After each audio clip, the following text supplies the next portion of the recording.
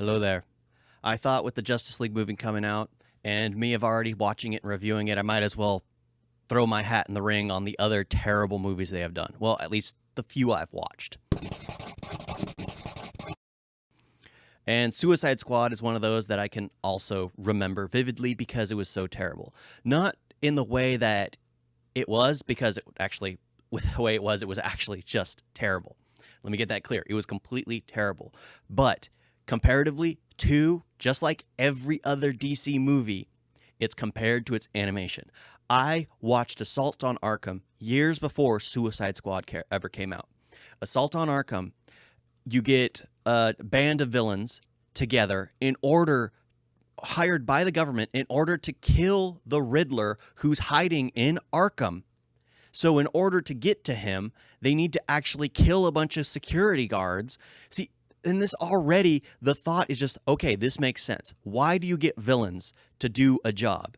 Because they're the only ones who will kill the good guys. They have no qualms with fighting and hurting the innocent. But you get in the Suicide Squad movie, they're literally fighting faceless stormtroopers. They're fighting beings that are from another world. Any hero can do that. Who cares if you can put a bomb in their neck and tell them what to do? Any hero is willing to happily take on that task.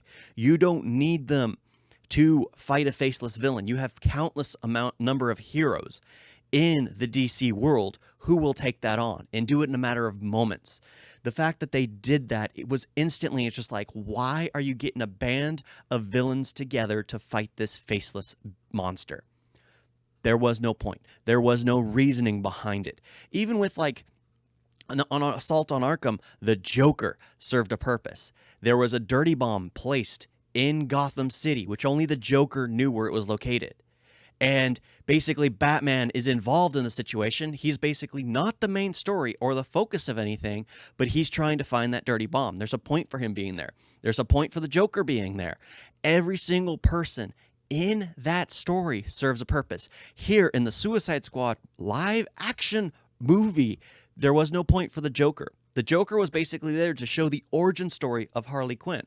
That was it, which wasn't entirely needed because everyone seems to already understand and know the origin story of Harley Quinn.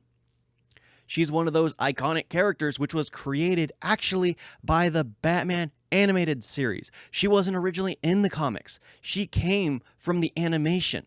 That was her portrayal. Her first portrayal into the DC world was through an animated series, but she was loved so much that she was kept around. Now she's been given her own show. She's been given so much more. But the thing is, it's just here we got Margaret Robbie playing the role, which everyone seems to love, which is great. That's fine. But the problem is it was put in a terrible movie. But what's funny is this movie is great for its miscasting. Like Jack Courtney, who is considered to be a terrible actor, is Captain Boomerang, but this is one of the greatest movies he's ever been in. But what's funny is the movie is so terrible, you can't even praise them for that. Because the movies are so bad, maybe that's why you like them more than ever before. Will Smith, an accredited actor, is given such dumb lines that you can't even take anything he says seriously. And he's supposed to be the serious character. He's supposed to be the leader of the Suicide Squad, other than, of course, Amanda Waller, who put a bomb in everyone's necks and tells them what to do. He's supposed to be the leader of the criminals, the one who basically is the figure point of the one who spearheads the whole operation. Well, technically that would be Amanda Waller, but the one who actually starts the assault, tells them what to do, gives the order. He's the commander on the field. And it's just in the Suicide Squad movie, they did nothing with him except made him do some of the weakest lines of dialogue ever.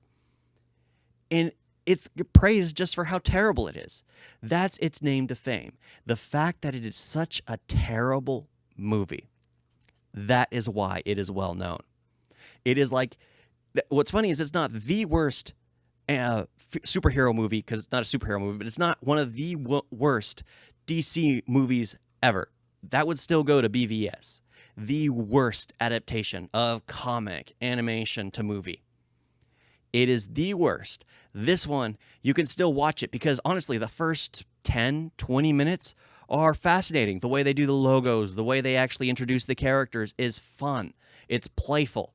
But apparently they blew their entire budget in the soundtrack and with the with the animations in the beginning that they were like, okay, let's just BS the rest of it. It's not even worth it. I probably can never watch this movie again. It's not really worth a watch because now with the Suicide Squad coming out, it's probably not even considered real canon. But that's the problem with the DC world. Nothing's canon. The Justice League is not canon. However, with Flashpoint, they're going to make everything canon and everything non-canon, which means it's all going to be relevant to the world, but not relevant to the world. Thank you all for watching. Take to you next time. Toodles.